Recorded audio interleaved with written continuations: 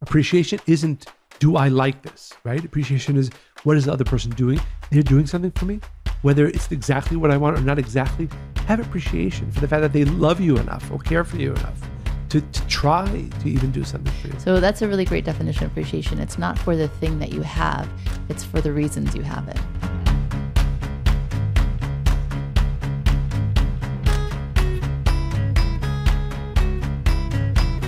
Welcome to the Spiritually Hungry Podcast, episode 80. Wow, 80. I'm very excited for this one, I have to say. So kids ask questions constantly. Why do we say hang up the phone? Because I don't remember how phones used to be wall mounted, I guess. Why do some people have wrinkles? Do monkeys eat anything but bananas? How did God make us, right? And the questions go on and on. They're really creative and interesting. But by teen years, those questions taper off to almost none because, of course, teens have it all figured out.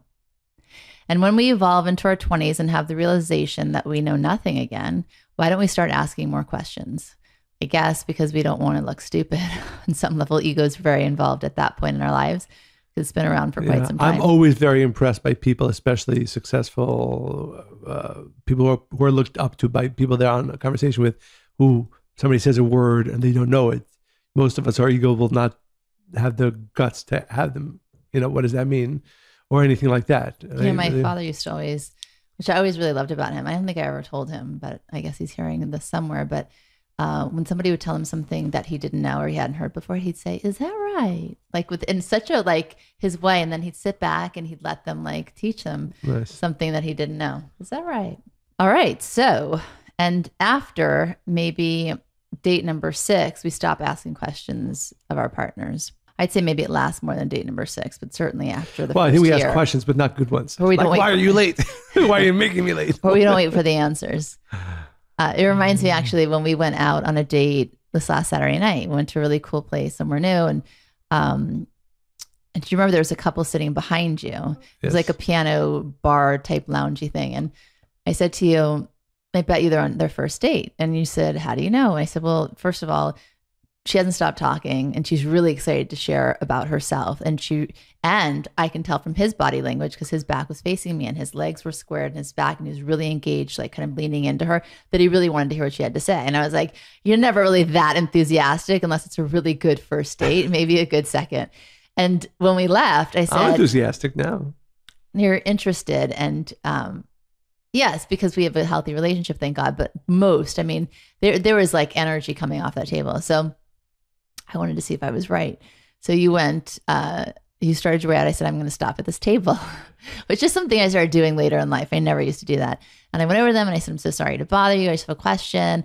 I said, "I'm a relationship expert." And I said, "I want to guess, is this your first date?" And she's like, "How did you know?" And so I told her what I just told you.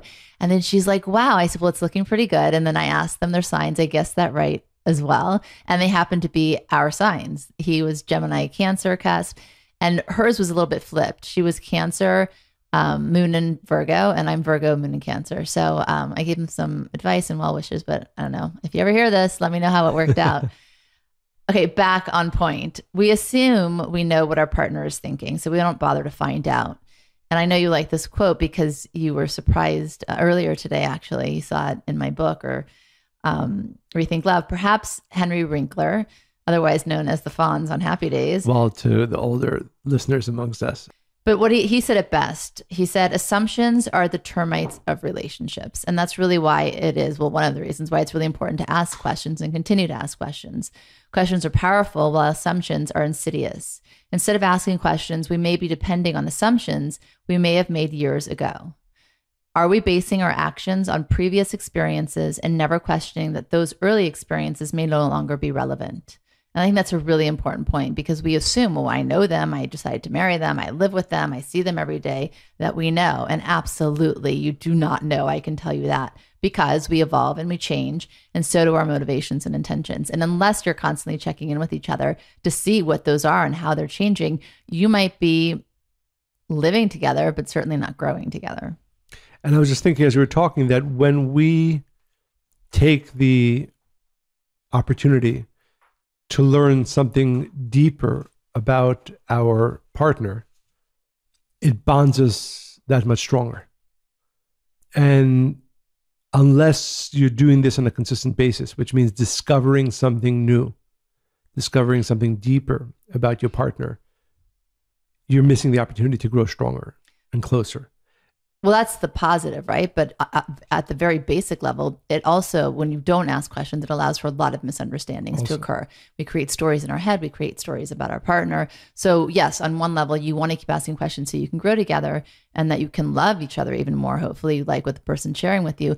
But the flip side of that, if you don't do those things, it's really easy to take, something as innocuous as, like if people don't actually check in with each other, if you say, oh, can you check the thermostat? I'm cold, and then, you're always telling me what to do. It becomes this kind of different dialogue that occurs unless you really do have these conversations. I do want to underscore what I said before, though, because I know that even in relationships that are going well, and we talk about that, but I'm not sure if it's always present in people's consciousness, that you have to be growing closer all the time. And one of the ways to do that is by discovering new things, by being tied to something deeper within your partner. And that's why I know for myself, it's always exciting when I learn something new about you. And when you share something, often it's in the same vein of things or conversations we've had before, which is beautiful and important. But when it's something new, I find that to be something very awakening of closeness. Yeah, I was just thinking when I discover something new about myself, I feel closer to me also. No, because that is ultimately, you want to be able to have that conversation with yourself. So you know yourself. And when you know yourself, you can share that deeper part of yourself with other people. Right. But whenever I do discover something new, you're the first person I tell. Sometimes the only person I tell. Mostly the only person I tell. So to that end, we're dedicating this episode to asking more questions and making fewer assumptions. And what I'd like to inspire our listeners to do is hopefully first listen to this podcast and get any inspiration that you can from it, but then to make the time with your partner, maybe listen to it with your partner and ask questions, maybe some of the ones that we've come up with or some of your own, and really set aside the time to get closer. All right. So shall I start with a Why not? So how are we doing this? How do you want to do it? Maybe one question each. We go back and forth. And so just to let our listeners know, Monica's directive to me was 5 questions and then 10 rapid fire questions. So I came up with actually, was that not the right instructions? Did I not follow? I'm not sure if I was sharing that, but yes. I think it's important to be as transparent as possible. I actually came up with more than 5 and more than 10, but we'll see. Well, let's see where this goes. What is the one song you most associate with love? And what does it really say about love? That's Monica, I am so impressed with your question. Seriously, that's such a great question. Oh, thanks. You should write that down. Often we have, and Monica, of course, knows this, but for our listeners, on a Friday night, when we have to get together. It's game night every Friday night. And game night isn't like playing Monopoly, but asking deeper questions. And we've come across many, many questions. I've never seen this one. This is very good. Yeah, we're creating our own games. Yes, so. Yes, absolutely. So what is the song that I most associate with love? And what does it really say about love? So I have quite a few answers to this question. Oh gosh, it's going to be a long episode. Hopefully our listeners are enjoying. So I'll start with something that's not exactly maybe what you're asking. So one of our daughter Miriam's favorite songs to listen to right now is actually an older song by John Denver. Those of you who know, I'm sure many of our younger listeners, maybe some of our old ones, never heard of John Denver. And there's a song, Leaving on a Jet Plane. And it's probably the first English song that I became aware of. And because when we lived in Israel in the 1970s, the Rav, my father, would often travel to the United States and other places to teach and do that work. And often my mother would stay home and we would stay home with her. And it was sort of a very sad song that they would like either play or it came into my consciousness in that way, Living on a Jet Plane, where my father's going away and my mother's home, and there's a little sadness around that. But of course, the sadness comes from a love that existed that, for the time being has to take a break. So that's one relatively quick answer. And then between you and I would say the 2 songs that come to mind are the James Taylor song, You Can Close Your Eyes. And I'm pretty sure that's one of yours as well. And it's basically uh, right? What it means to me is that, it's just the two of us and the world is spinning around, but really, and I'm sure many of our listeners experience this when you're in love, and certainly when you're having moments of closeness, when you feel, there's the world out there, but there aren't really people there because it's just you and your partner. So that's what that song means to me. Do I, is there a time limit? I have two more. Oh my gosh. Okay, go ahead. Too much. Another song is the Billy Joel song. And so it goes. And so it goes. Yeah, it does get sad. But anyway. Yeah, but you don't have to connect to that part. But for me, it was that idea that when you're with hopefully you're developing your relation with your partner, we all kind of relate to what I was saying earlier, where you're building compartments within yourself for your partner, which I think is beautiful, because it's no longer them and you or you and I. They live in your They live within you. in the chambers. Yeah. It's beautiful. And one more is a Mumford and you guys haven't, if you don't know this about Michael, he's very sentimental and romantic. Yes, and I very much enjoy music. So there's a Mumford and Sons. Yes. A song. There's a few, very many that I like, but one of the Ghost That We Knew. And okay, I have so many answers to this question. I can keep going, but this one we just dedicate the whole podcast, to just today's episode to songs Michael's of love. favorite love songs. The Ghost That We Knew, and there it's that same idea that when we're together, all the fears go away, which isn't always true, right? But it's certainly true that when you have somebody that loves you, it gives you strength, at least to transcend many of of the fears that would otherwise either overwhelm or consume us. And the words there that speak to me are the ghost that we knew, right? That idea that all those things that scare us are, sort of leave our view at least, or become less powerful over us. And the last one, which I'll mention, I'm probably taking too long to answer this question, is a Death Cab for Cutie song, which is I'll very Follow You Into the sad. Dark. Yeah, I can cry every time I think about it. I know that was also one of the ones that I put on my list. And I was like, it's very and sad. it talks about the fact. I actually remember when our oldest David was 7, we were in the car. I was driving and he asked me, and he got teary-eyed. He asked me to turn it off because it made him sad. Right, because it talks about, right, love of mine, one day, right, when your soul embarks, I'll follow you into the dark. We believe in soulmates and that souls exist beyond even this physical world, that even if that day comes when you physically separate in this world, you hopefully reunite in that world as well. The only problem I had with the lyrics was I wanted it to be, I'll follow you into the light, not into the dark, but I guess the dark of the unknown. Maybe. Yeah, we didn't write these songs, right? So we would just edit it slightly. Yes. Was that a thorough enough answer? It was very thorough. Too thorough. So let me see. I will ask you this. What is your greatest vulnerability? In life in general, I would say having enough quality time here in this world. That I can do the things that I want to do, that I want to achieve, from a place of strength and connection and truth. So, and I've shared, I think a lot of it's connected to my father, but that idea of running out of time. So I'd say that that's the thing that gets me, it motivates me, but it also terrifies me. Interesting. Yeah, I was going to say that because, I see what I like about the questions that I wrote is that I didn't know the answers necessarily. I had some ideas that I could probably, but. Did you guess this one? No, I didn't. I had other things. Really? But, like what? really, I don't know. I mean, that's the way this game works. But that as you said, that it makes sense to me that you're so driven, right? That I think sometimes push yourself to do too much, and probably because of that. Interesting. Yeah, it drives me for sure, and it also gets me into trouble sometimes because there's times where I should stop. But I think that's my biggest vulnerability. Would you rather love or be loved? Not so easy, Mr. Berg. No, I'll tell you why. Because the immediate answer that came to mind was to love. Because I think loving another person, I'm talking about experiencing it with you, experiencing it with our kids, it's really fulfilling. Right? It's really fulfilling to have somebody who's accepting of your love and that you love, and then you have the ability to give them and show them your love. Well, you're assuming the person you love is accepting that, right? Right, of course. Of course. That's not right, but the other part of it is to be loved.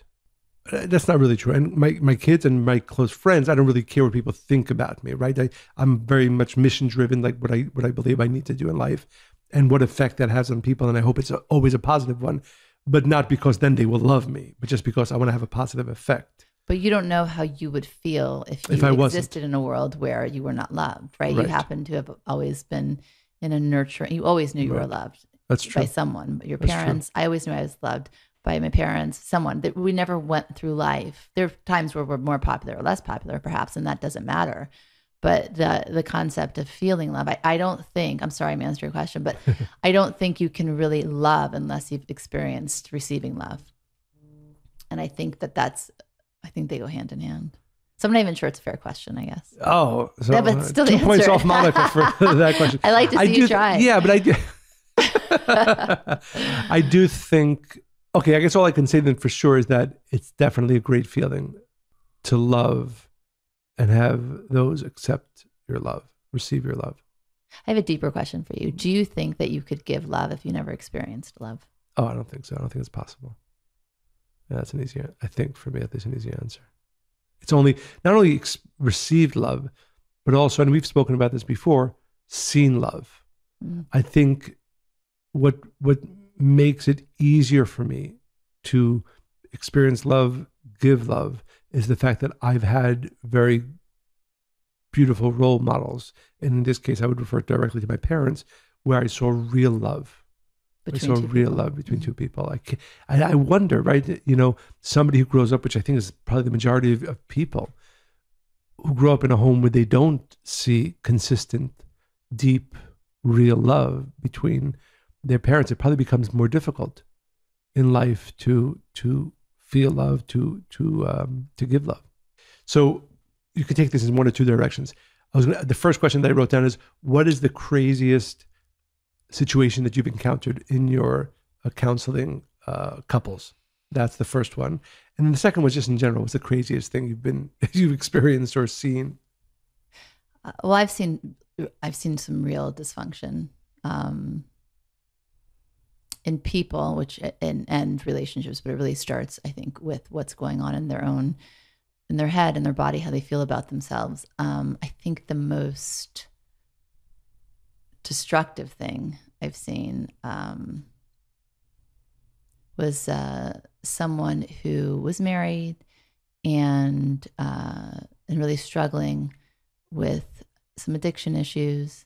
So this person ended up sleeping with a relative, and he lost his virginity to her, and she felt tremendous shame and guilt after, especially when she became sober. But you know, and it's self-sabotage at its fullest. I mean, fully, because she didn't know how to navigate, and right. That was, you know, because I have to say, she's really she's a beautiful person. She's got a beautiful heart, and she's only shown kindness to me and to others. It's when she's horrible to herself that she hurts the one she loves. But it was the first time that I really understood, and it really helped me for, you know, with everything that I try to offer people, what a human being is capable of doing, and not just to others, but to themselves.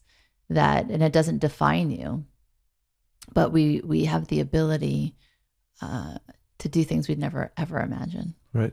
I know we've had these conversations where probably the craziest things that people do that are, you know, everybody makes mistakes, everybody does stupid things, but the self-sabotage, right? When it's so clearly not in their own interest. Yeah, and just another relationship time that kind of shocked me. We were out to dinner with a couple, and I knew her, but not very well. And it was the first time that we had met her husband. You hadn't met either one of them. Yes, thanks. Monica often brings me out a little interesting. And at some point in the dinner, she had a little bit to drink. She said, you know, to her husband, when you say that, it reminds me of your mother, and I hate your mother. And we're at the table, and you did the cutest thing. You're like, hey, that's not fair. That's not nice. And I was just like, that's a good way to handle it. We are really uncomfortable. But it was interesting. Again, I mean, to see where relationships can go in ways you'd never, ever imagine. Right. Which is the importance, honestly, of doing the work early on. I mean, of course, it's many other things. Choose well, choose for the right reasons, but then be all in consistently. How would you define trust? So, we had this conversation a few weeks back, and I think trust begins with the belief that the person with whom you want to, or you do give your trust, is somebody who will always want what is best for you. Mm-hmm. That you can, otherwise, I don't think you can trust somebody, because so often people who love somebody else, right? But because momentary lapses or other reasons, they'll do things that are hurtful. You can't really trust them. You can love somebody who you don't trust, but you can't trust somebody who you can't depend on always, or at least mostly, always being certain that they'll do or think or try to do what is best for you. By putting you first, right, your needs, they're removing their agenda. And that's where the trust comes in. Because so often, especially with the people we love, they really have an agenda. Parents do this with their children, and they mean well, right? Spouses for sure do this to one another. But I think that is the key ingredient. Yeah, and again, as it comes to maybe lessons that our listeners can take from this, I think really think about your relationship, especially people you love, right? Because sometimes we're not sure, is this person I love or don't love, and can you be trusted? Do you feel that you are working on removing your agendas from that relationship? Because I think it's really can be eye-opening to realize, wow, I love them, they love me, but I don't know if they can trust me. Meaning there might be times that I will do things that are either because of my agenda or just because I'm thoughtless in some ways that hurt them. And again, you can love somebody you don't trust, but you can't really have a deep love, I don't believe, unless you can trust. And trust means, again, that you believe that they will always look out for your benefit. So, surprise me. What? Surprise me. Surprise you with what? Anything. I don't like that question. I love it. Yeah, take some time to think about it. I don't know if I can surprise you. Well, let's see. We have time. No, I hate this question. I hate it. It's good. Who said you need to like all the questions? That's not actually, you know what's wrong with this? It's not a question. It's a statement. And therefore, I'm not going to respond. sorry. Like do on Jeopardy. How do they do on Jeopardy? Yeah. No. Can you surprise me? No, I cannot. There you go. Really? All right. I'll turn it back to you. Okay. Can you surprise me? I kind of had a thought. I was going to take this cup and pour it on you. That would certainly surprise you. Is that the lead you want me to take? No. I wish I had thought of that. What surprised me? I would have done it. I've done it. I'm trying to remember. There was something recently where you surprised me. I feel like I'm always surprising you, but I can't be pressured into it. Okay, so here's another one. This one you liked. How can I become? It's not that I didn't like the other one. The other one wasn't a question. How can I become a better person, husband? Oh yeah, I got a good one. Good. Better person, I wouldn't even advise on that, because it's something that you're constantly striving for, and you're asking yourself that question. I'm not sure you're asking yourself the question, how can I be a better husband? Really? Well, I think you just surprised all of our listeners. No, I think that you strive to be that, but I don't think it's the same question as it is the first one. And I don't think it should be, by the way. You're surprising me. I think that the first question should be... We should definitely keep in that question from before. I think the first question should be, how can I be a better person for you, right? And I think that just by the nature of a relationship, we're constantly giving each other feedback on how to do that. Even as parents, when we do this all the time, this one wanted your attention, or, the phone or whatever, right? But for a better husband, I think that, and we've talked about this, you've shared it a lot. Your nature is not to be a talker. Right. And although you are a good communicator, again, you rather just leave things unsaid. That's just your nature. And I've shared this with you too. Everything I'm telling you, I've shared with you. When you're stressed, especially, which isn't that often, or when you're trying to figure something out, you get even more quiet, and then that feels lonely to me.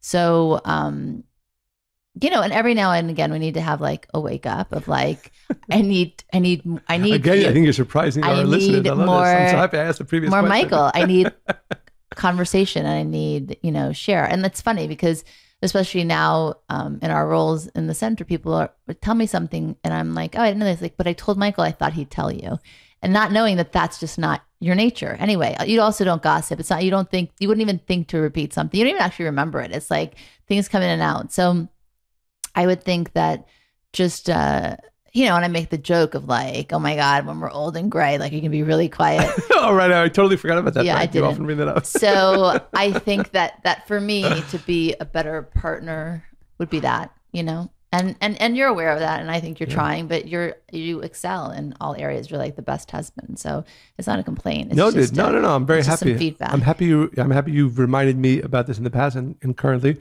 And it's interesting. I'm always in awe of people. I would say, you know, all of our kids are very big talkers, and I'm always impressed. You'll sit with them. It's true. Actually. And they're like for a half hour, they'll just tell you about everything and keep on talking and jump to another topic and another topic, another topic.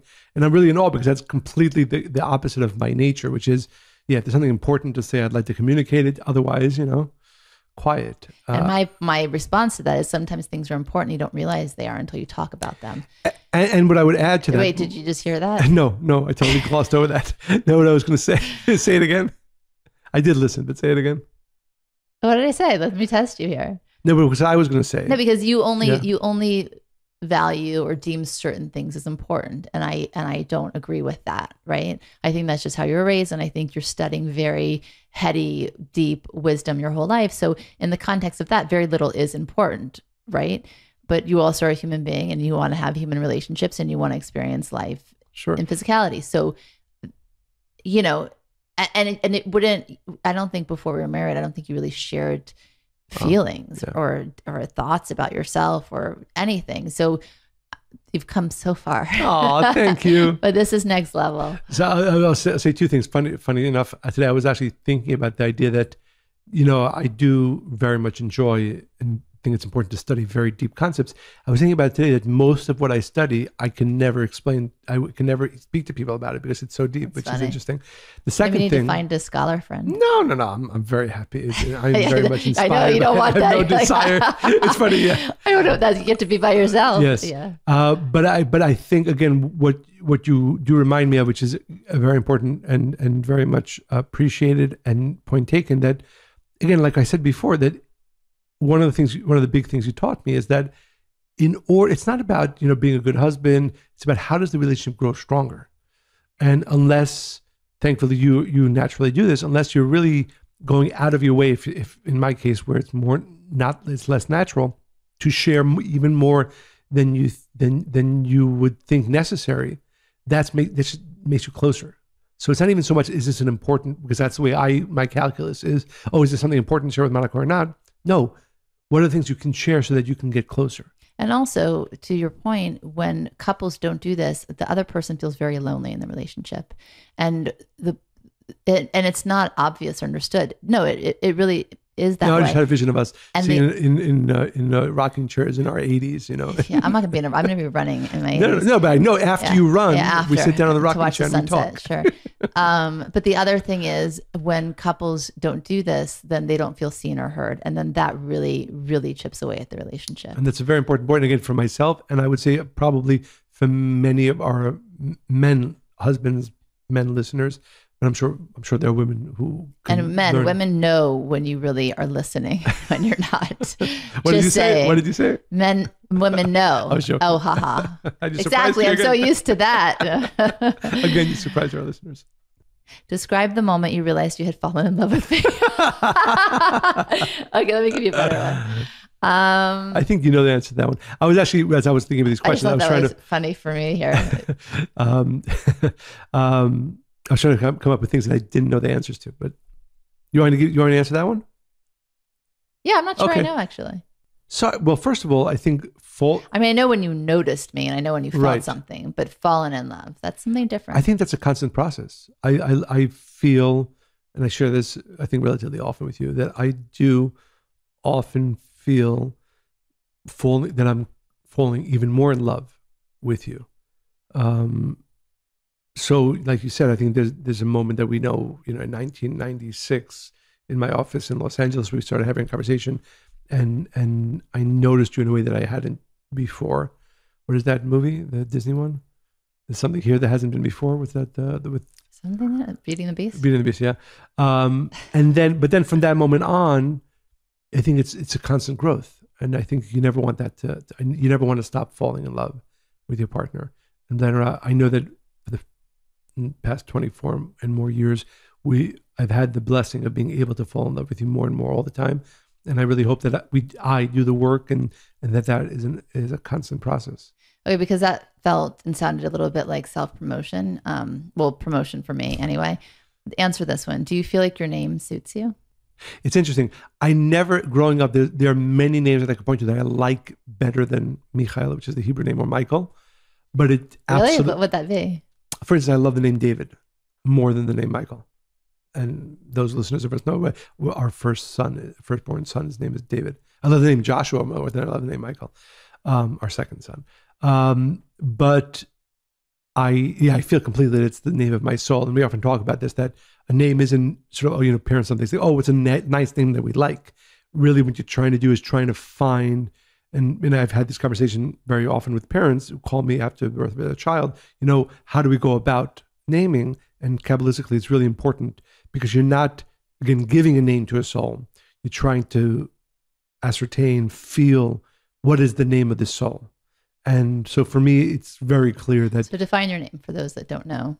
What is Michael? Well, it means many different things. Literally translated means who is like God. Mikael, which is. I think it's a perfect name for you. But it represents what we call the archangel Michael, which represents what we call right column or mercy, kindness, sharing.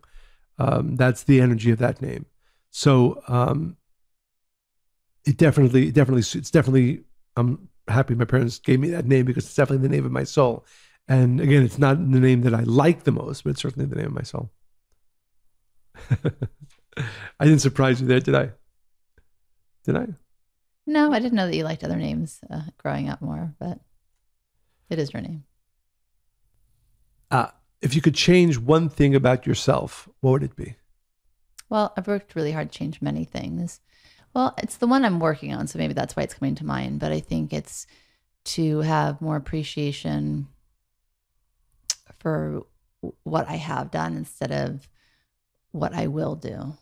And I think that I spend a lot more time in the realm of, okay, what's next? What's my next goal? Push that. I spend very little time in where am I today in that space. And the injuries really tried to, it's really helped me be much more present and experience the moment more. And part of that is also appreciating where I find myself, not just the thing that came up in the day, but just where I find myself in life. So I think that's the thing. That's beautiful. And I think it relates to something, I think one of the first answers you gave, which is the idea that, that you're most vulnerable about having enough time. Mm-hmm.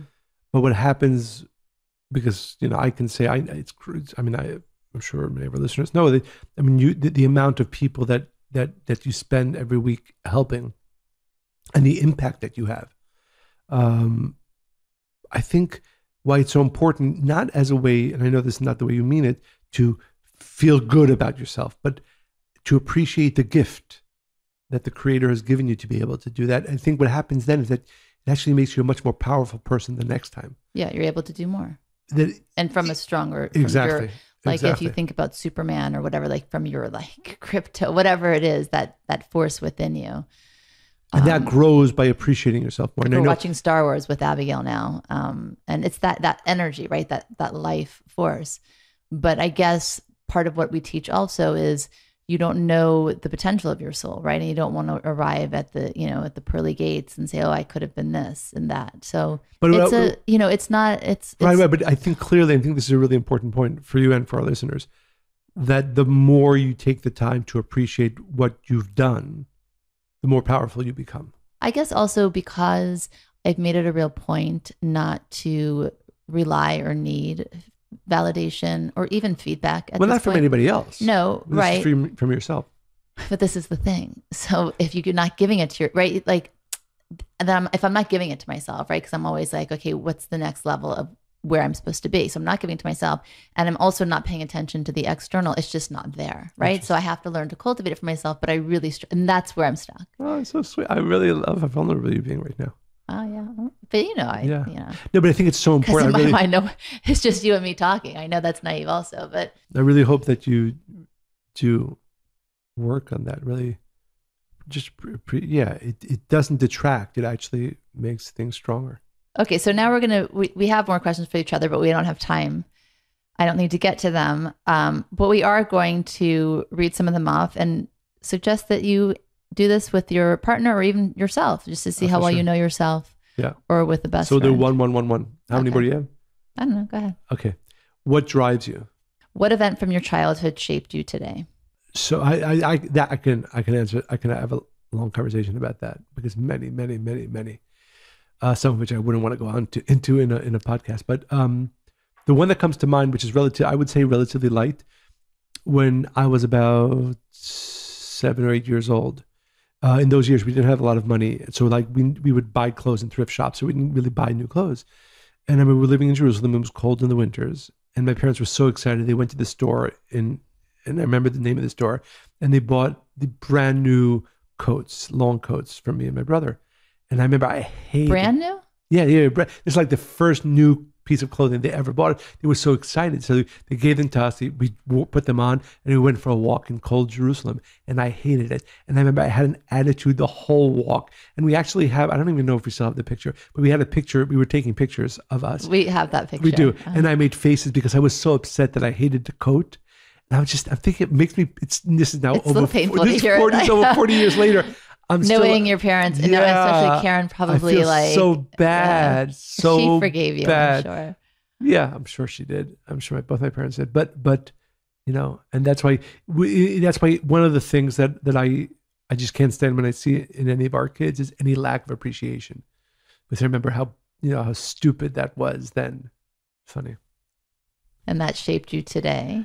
No, in just really realizing appreciation isn't, do I like this, right? Appreciation is, what is the other person doing? They're doing something for me, whether it's exactly what I want or not exactly.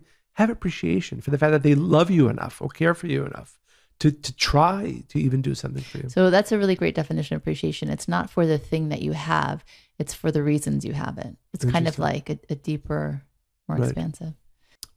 When were you the most hurt? And do you want me to answer that? Okay. We're running out of time for I'm actually excited for that rapid fire ones as well. But when we moved to California, I was just alone a lot at the beginning. We moved when I was in 3rd grade, and so I would hang out with my parents all the time, and they would play tennis with this couple every Sunday. They were named after food. I don't think they couldn't have been the real names. Okay. His name was Stu. Hers was Lasagna. And I'm not even joking. And I was like, Lasagna. In my mind, I'm like, how can you take these people seriously? I don't even understand. But anyway, they played devil's tennis with them every Sunday. And you're saying her name was actually Lasagna? And I kept saying, that can't be your name as a kid. And she's like, that's my name. So Stu, I understand. Stu, I understand too, but you put the two together and you're like, there's something really fishy going on here. Fishy, there you go. Yeah. So we would go to Beverly Hills. Name was Kat. I don't know. They hadn't have children, but we would go to Beverly Hills High School where they play at the courts there. And I would roller skate up and down for the hour that they played. And at the end of that, I can tell I wasn't really a fan. I thought she showed off a lot. But anyway, she said, I'm going to race you. And she was running and I was on roller skates. So clearly, I was like, great, yeah, I'm going to beat you. And I did. But then I ran out of sidewalk and there was street coming. And I could see that if I kept going, and I couldn't stop. I mean, I was going at full speed. And if I kept going, then I was going to get hit by a car because the car was coming. So I made myself fall. And I really hurt my wrist. And so I kept telling my parents, I'm really hurt. They're like, no, you're fine. And, to my dad, he was always very proud for good and for bad. And he never wanted to embarrass people, even though sometimes you should, right? So he didn't want her to feel bad. So he kept making it like my pain wasn't really there. So we were going to dinner after with them. Oh, with them? Stew and lasagna. What did you have for dinner? They had pasta bolognese, and I put the two together. So I kept in the car on the ride. I was just with my parents. I'm like, I'm really hurt. It really hurts. And they're like, no, you're fine. We go to the restaurant. I order. I don't eat anything. And by the time, that they're eating and laughing, at this point, I'm thinking nobody's listening to me. Nobody can hear me. Yeah. Like,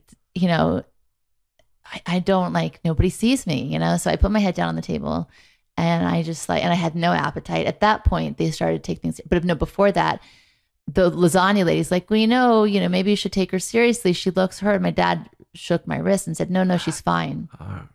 Because again, he didn't mean to be hurtful.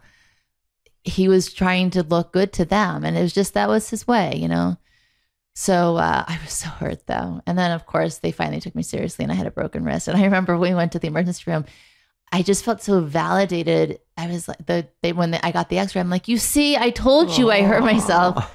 But I think that was the time I was hurt the most. But it goes into that story, emotionally hurt. Yeah. Yeah. Physical pain, that doesn't, but I love you, Dad, and I forgive you, and it's okay. But it really taught me to actually, hear people, right? Alrighty. So rapid fire? Yep. So I'm just going to read. One. No, that's not how it goes, my friend. Okay. No. Rapid fire is rapid fire. All right. Okay. So you just say the first thing that comes to your mind, even if it's real or imagined. Who said I love you first? I assume me. Probably not. Who was most likely to get food poisoning? You. Definitely you. What?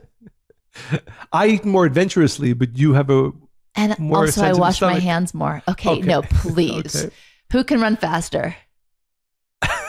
Should I answer this question? Yes, honestly? You should. This one, finally. I mean, it's the third one. That's what you're lying about. I can run faster short distances, but you can definitely outrun me in longer distances. Right. That was the next question. You can run farthest. Who's most likely to get out of a speeding ticket? You, for sure. Correct. Who is most likely to get a speeding ticket? You. Yeah. You speed a lot more than I do. Right, but technically you get caught much more than I do. Who apologizes first? Be honest. 55-45 you. 55 me? Yeah. Yeah, I'd say that's accurate. Who is most likely to lose their passport in a foreign country? Be honest. Yes, me. There you go. What vegetable did you hate growing up? Do you know this? How would I know it? I never asked you this question ever. I'm trying to remember were there vegetables that I hated. Did you eat vegetables? Because I remember when we got married, you loved like a good Twinkie and a ding dong. And what was the other one? Vegetables weren't devil dogs. Yes. Yes, I don't think we ate very. You didn't have enough experience with them to hate one. Okay.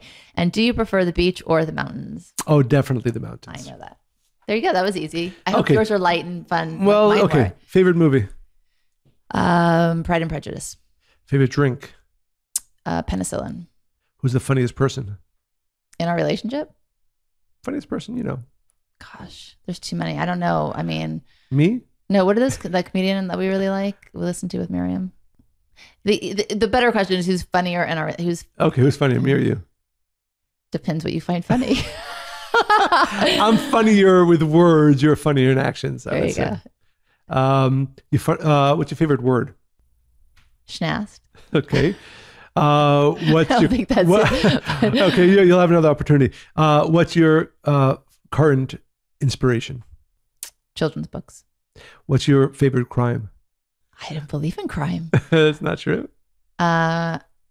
Stealing a bike. No. Speeding.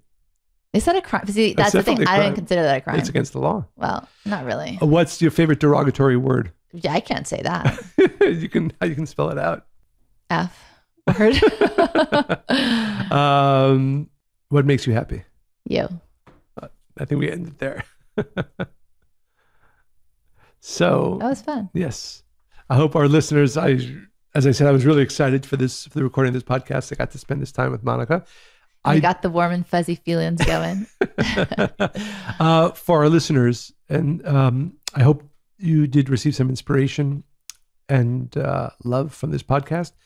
We do strongly recommend you listen to this podcast with all the people you love, but also take maybe some of these questions, make your own questions, sit down with your partner, ask questions, go deep, because as we said in the beginning, it is these conversations that one of the great cornerstones of a love that keeps on growing. You know, I was on Channel 11 yesterday. And one of the questions they asked was, you know, during the pandemic, these last 2 years, it's really thrown a lot of couples off kilter. And what can they do to, you know, get back on or to connect? And we hadn't actually thought this game up yet, but I actually think this is a really great way to do that. To stop and say, okay, where are we now and why? And really just get to know each other. Like, of course, there's things that couples have to work through and communicate about, but this is a really fun way to start doing that and to start feeling vulnerable with one another. Yeah, and again, I think to the point, unfortunately, we know that most couples, it's just the statistics, are not happy. And I think one of the main reasons is that they're not making the effort to renew their knowledge of their partner, right? I mean, especially, you know, you're married 5 years, 10 years, 20 years. Oh, I know them. So let's have new exciting adventures outside to, you know, rekindle passion or love. No, there's a way to get to know your partner anew all the time. And I think it's so important. By the way, my favorite words in the group. Oh, but we're going to keep talking. You're going to keep coming back with the better ones. What the actual? Oh, yes? I don't finish it, but like, that's when I'm like, what? Yeah. Okay, join us live in London, in New York City the week after, and in Mexico City pretty much the week or two after that. So we'll post it all. Yes. If you're in those cities, please join us. We're also going to be streaming it. And we're also very exciting. We're starting to open up Spiritually Hungry to live questions. So you will start seeing. So you can join us and be here with us. Even sitting if it's right here next to us. Even if it's virtually, yes. You will share the stage with us. And we would love to have you on. So keep your eyes, ears, emails, texts open to see how and in what ways you can send us questions for the topics and the podcast coming up, and those interesting questions, or the more interesting questions, we'll have the opportunity to ask them live and be our guests for those questions on Spiritually Hungry. So very exciting things coming up for Spiritually Hungry.